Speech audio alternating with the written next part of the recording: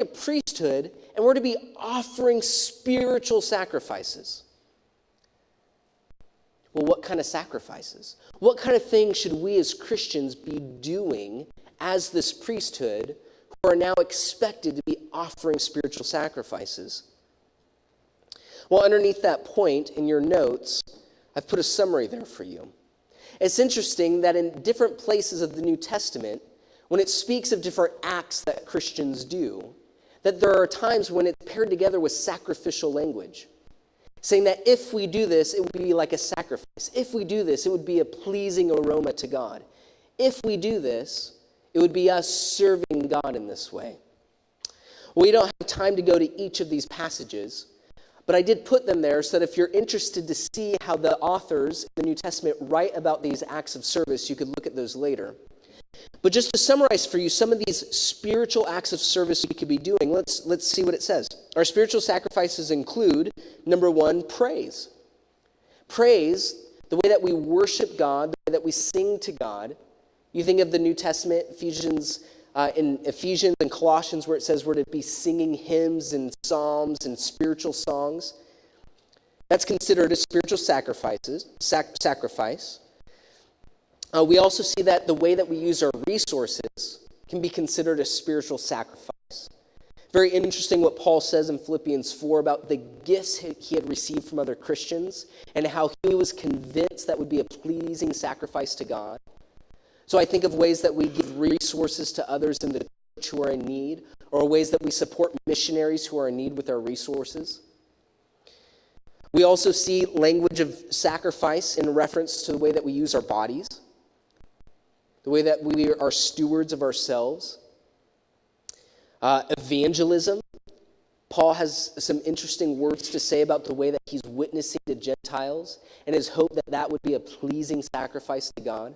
So even in our evangelism is an act of spiritual sacrifice, an act of service. The way we sacrificially love others. And then the sixth one there are prayers. Prayers being a tangible act of service. So even just considering that image of being the temple of God, living stones in the temple of God, and being this priesthood that is to be doing spiritual sacrifices, and just looking at that list there, that list right there is a way for us to serve. We just start putting that to practice and being obedient to the call to service that's on us. But it's normal. If that's what the church is and we are a part of this church, it's normal that we'd be serving. The fourth image for us to consider is the fact that we are members of the body of Christ. So let's go back to Paul in Ephesians, and let's look at chapter 4, verses 11 through 16. Let's consider what Paul says about us as the body of Christ, being members of this body. I'll start reading in verse 11. As we go, hopefully, different phrases will jump out to you in regards to this idea of serving and what service is for, ways that we could be serving, who's to be serving. But starting in verse 11, and God gave the apostles, the prophets, the evangelists, and the shepherds and teachers. So these ideas of roles given to the church as a gift from God. For what reason? Verse 12, to equip the saints for the work of ministry. Well, let's just stop for a moment. Who are the saints? The saints are the Christians in the church. It's not only the leaders in the church, it's all the members of the church. All those that are Christians. And it's saying that the saints, you as Christians, are to be equipped for the work of ministry, the works of service. We'll keep going. For what reason? Why be equipped for ministry?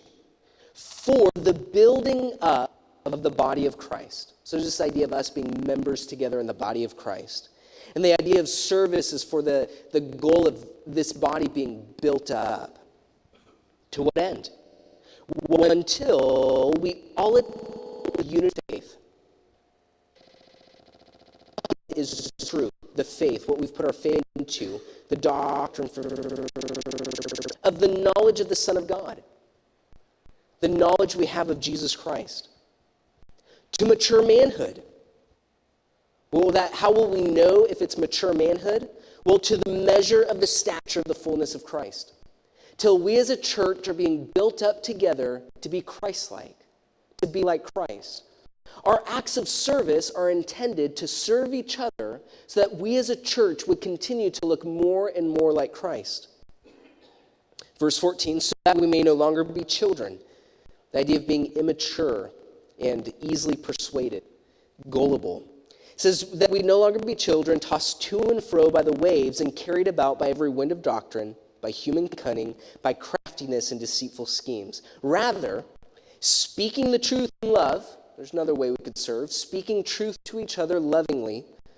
Speaking the truth in love, we are to grow up in every way into him who is the head, into Christ. Why do we serve?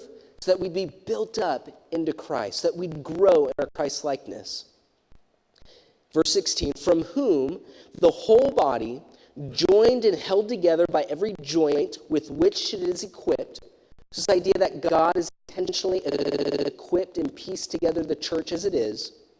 And look at this phrase. When each part is working properly, that's all of us as saints, all of us as members of the church. Paul's saying when each of us is working properly, makes the body grow so that it builds itself up in love. And that passage is rich